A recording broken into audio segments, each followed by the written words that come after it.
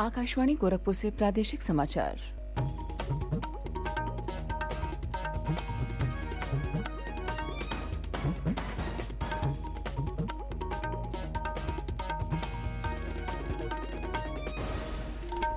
नमस्कार, समाचार बुलेटिन के साथ में शिवानी अरोरा। पहले मुख्य समाचार।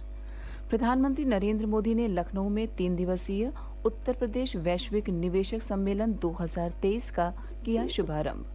कहा, भारत की समृद्धि में अंतर्निहित है विश्व की खुशहाली और उज्जवल भविष्य।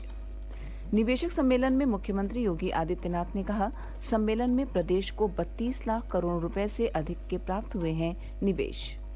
महिला एवं बाल विकास मंत्रालय आज से आगरा में आयोजित करेगा G20 एम्पावर ग्रुप की 2 दिवसीय आरंभिक बैठक। और उत्तर प्रदेश लोक सेवा आयोग ने घोषित किया PCS 2022 की मुख्य परीक्षा का परिणाम। अब समाचार विस्तार से।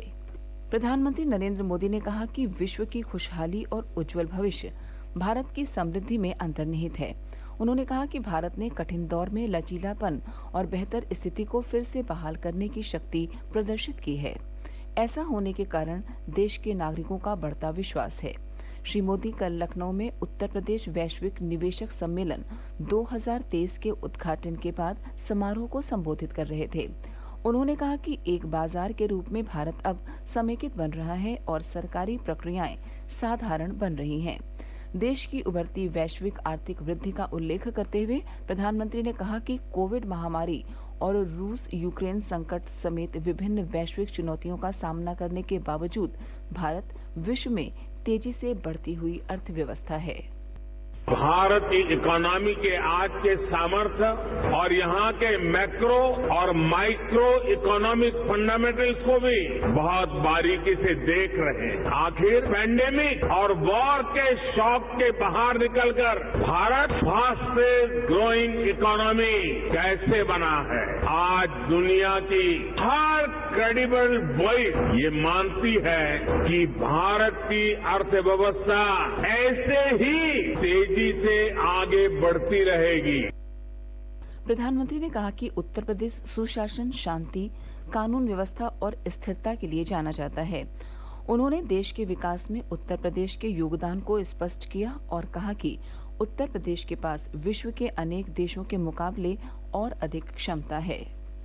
सिर्फ 5-6 साल के भीतर यूपी ने अपनी एक नई पहचान स्थापित कर ली है और डंके की चोट पर कर दी। अब यूपी को सुशासन से, गुड गवर्नेंस से पहचाना जा रहा है। अब यूपी की पहचान बेहतर कानून व्यवस्था, शांति और स्थिरता के लिए है।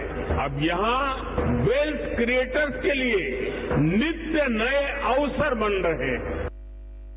सम्मेलन में प्रधानमंत्री ने मोटे अनाज को श्री अन्न का नाम दिया और कहा कि एक तरफ सरकार किसानों को मोटे अनाज के उत्पादन के लिए बढ़ावा दे रही है, तो दूसरी ओर ऐसे अनाज के लिए वैश्विक बाजार भी विकसित कर रही है।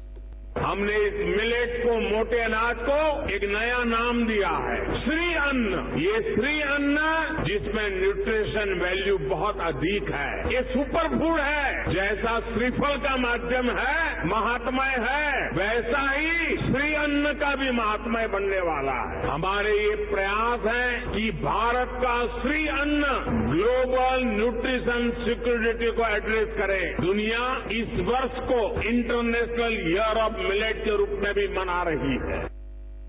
इस अवसर पर प्रधानमंत्री ने वैश्विक व्यापार प्रदर्शनी का उद्घाटन किया और निवेश यूपी 2.0 की शुरुआत भी की। सम्मेलन में मुख्यमंत्री योगी आदित्यनाथ ने कहा कि आज राज्य को निवेश के 18,634 प्रस्ताव मिले हैं, जिनका मूल्य 32 लाख करोड़ रुपए है। उन्होंने यह भी कहा कि निवेश से राज्य में लगभग 92 लाख रोजगार के अवसरों का सृजन होगा। उत्तर प्रदेश को अपना दूसरा इन्वेस्टर समिट और ग्लोबल इन्वेस्टर समिट के माध्यम से वैश्विक निवेशक समुदाय को policy makers, corporate leadership, business delegations, शिक्षाविदों, पॉलिटिकल एंड गवर्नमेंट लीडरशिप को एक कॉमन प्लेटफॉर्म बनाने का ये मंच उन उपलब्धियों को आदरणीय प्रधानमंत्री जी के विजन के अनुरूप उत्तर प्रदेश की अर्थव्यवस्था को $1 ट्रिलियन इकोनॉमी बनाने की दिशा में प्रयास का एक अभिन्न हिस्सा है। समारोह को संबोधित करते हुए रक्षा मंत्री राजनाथ सिंह ने कहा कि पिछले कुछ वर्षों में सरकार ने व्यापारिक समुदाय के प्रति नया दृष्टिकोण अपनाया है और उन्हें पूंजी के सृजक के रूप में मान्यता दी है। केंद्रीय गृह मंत्री अमित शाह ने वैश्विक सम्मेलन के दूसरे सत्र को संबोधित करते हुए कहा कि उत्तर प्रदेश के विकास के बिना देश आगे नहीं बढ़ सकता है। उद्योग और निवेश के लिए प्रदेश में अनुकूल वातावरण बना है। उन्होंने कहा कि विगत 5 वर्षों में पूरे देश में जिन राज्यों में इंफ्रास्ट्रक्चर में सबसे ज्यादा निवेश हुआ है उसमें उत्तर प्रदेश भी है। श्री शाह ने कहा कि आबादी, क्षेत्रफल और उत्पादकता की दृष्टि से उत्तर प्रदेश का बहुत महत्व है और यहाँ विकास की अपार संभावनाएं हैं।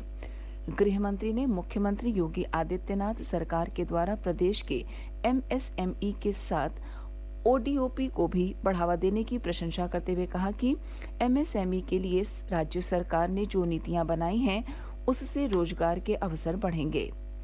3 दिन के इस सम्मेलन में कई निवेश क्षेत्रों में विभिन्न सत्र आयोजित किए जा रहे हैं। भागीदार देशों संयुक्त अरब अमीरात, डेनमार्क के मंत्रियों के साथ कई विदेशी देशों के निवेशक और व्यापारी इस समारोह में उपस्थित रहे। इस अवसर पर राज्यपाल आनंदीबेन पटेल, प्रदेश सरकार के मंत्री, विदेश गण्यमान्य व्यक्ति और उद्योग जगत के प्रतिनिधि उपस्थित रहे। प्रादेशिक समाचार आप आकाशवाणी गोरखपुर से सुन रहे हैं। यह समाचार बुलेटिन हमारे YouTube channel AIR news Gorakhpur और ट्विटर हैंडल AIR न्यूज_GKP पर भी उपलब्ध है। प्रदेश भर में कल से 3 दिवसीय जनपद स्तरीय ग्लोबल इन्वेस्टर्स समिट निवेश महाकुंभ की भी शुरुआत हुई। वाराणसी, देवरिया, जौनपुर, मई, श्रावस्ती, इटावा, हमीरपुर, पीलीभीत और सहारनपुर सहित विभिन्न जिलों में जनपद स्तरीय ग्लोबल इन्वेस्टर्स समिट निवेश कुंभ का आयोजन किया गया। इस दौरान लखनऊ में आयोजित Uttar Pradesh global investors summit के उद्घाटन समारोह का सीधा प्रसारण भी किया गया। इस मौके पर विभिन्न सरकारी विभागों और उद्यमियों द्वारा निर्मित उत्पादों की प्रदर्शनी लगाई गई और समिट में बड़ी संख्या में जनप्रतिनिधिगण, वरिष्ठ अधिकारी, उद्यमी, निवेशक और औद्योगिक संगठनों के प्रतिनिधियों ने भाग लिया। महिला और बाल विकास मंत्रालय भारत सरकार आज से आगरा में G20 एम्पावर ग्रुप की 2 दिवसीय आरंभिक बैठक आयोजित करेगा। भारत की अध्यक्षता में G20 एम्पावर ग्रुप महिलाओं के नेतृत्व में विकास को प्राथमिकता दे रहा है। इसका उद्देश्य चुनौतियों को अवसरों में बदलना है और कार्यबल में महिलाओं को अधिक से अधिक शामिल करना है। G20 एम्पावर ग्रुप महिलाओं के आर्थिक प्रतिनिधित्व के सशक्तिकरण और प्रगति के लिए G20 देशों के शीर्ष कारोबारियों और सरकारों का गठबंधन है। इसका उद्देश्य निजी क्षेत्र में महिलाओं के नेतृत्व और सशक्तिकरण में तेजी लाना है। मंत्रालय ने कहा कि भारत की G20 अध्यक्षता समावेशी, न्यायसंगत, महत्वाकांक्षी, निर्णायक और कार्रवाई उन्मुख है। उत्तर प्रदेश लोक सेवा आयोग ने PCS 2022 की मुख्य परीक्षा का परिणाम घोषित कर दिया है। परीक्षा में 383 पदों के मुकाबले 1070 अभ्यर्थी साक्षात्कार के लिए सफल हुए हैं। PCS मुख्य परीक्षा पिछले साल 27 सितंबर से 1 अक्टूबर तक लखनऊ, प्रयागराज और गाजियाबाद के विभिन्न परीक्षा केंद्रों पर आयोजित की गई थी। आयोग के प्रभारी सचिव विनोद कुमार गौड़ के अनुसार परीक्षा में शामिल अभ्यर्थियों के प्राप्तांक, कट ऑफ अंक की सूचनाएं परीक्षा के अंतिम चयन परिणाम के बाद जारी की जाएंगी। प्रदेश में जन्मजात हृदय रोग से ग्रसित बच्चों की निःशुल्क शल्य चिकित्सा की जाएगी। इस संबंध में राष्ट्रीय स्वास्थ्य मिशन उत्तर प्रदेश द्वारा Sathya Sai Sanjeevani international centre for child care and research Palwal के साथ एक MOU किया गया है। इस MOU के बाद प्रदेश के हृदय रोग से ग्रसित बच्चों को निःशुल्क ऑपरेशन की सुविधा प्रदान किया जाना सुनिश्चित किया जाएगा। MOU हस्तांतरण कार्यक्रम के अवसर पर प्रमुख सचिव चिकित्सा, स्वास्थ्य एवं परिवार कल्याण पार्थ सारथी सेन शर्मा, राष्ट्रीय स्वास्थ्य मिशन की मिशन निदेशक अपर्णा उपाध्याय और महाप्रबंधक बाल स्वास्थ्य कार्यक्रम डॉक्टर मनोज कुमार शुक्ल उपस्थित रहे। और अंत में इस बुलेटिन के मुख्य समाचार एक बार फिर। प्रधानमंत्री नरेंद्र मोदी ने लखनऊ में 3 दिवसीय उत्तर प्रदेश वैश्विक निवेशक सम्मेलन 2023 का किया शुभारंभ। कहा, भारत की समृद्धि में अंतर्निहित है विश्व की खुशहाली और उज्जवल भविष्य। निवेशक सम्मेलन में मुख्यमंत्री योगी आदित्यनाथ ने कहा, सम्मेलन में प्रदेश को 32 लाख करोड़ रुपए से अधिक के प्राप्त हुए हैं निवेश। महिला एवं बाल विकास मंत्रालय आज से आगरा में आयोजित करेगा G20 एम्पावर ग्रुप की 2 दिवसीय आरंभिक बैठक। और उत्तर प्रदेश लोक सेवा आयोग ने घोषित किया PCS 2022 की मुख्य परीक्षा का परिणाम। इसी के साथ प्रादेशिक समाचार समाप्त हुए। नमस्कार।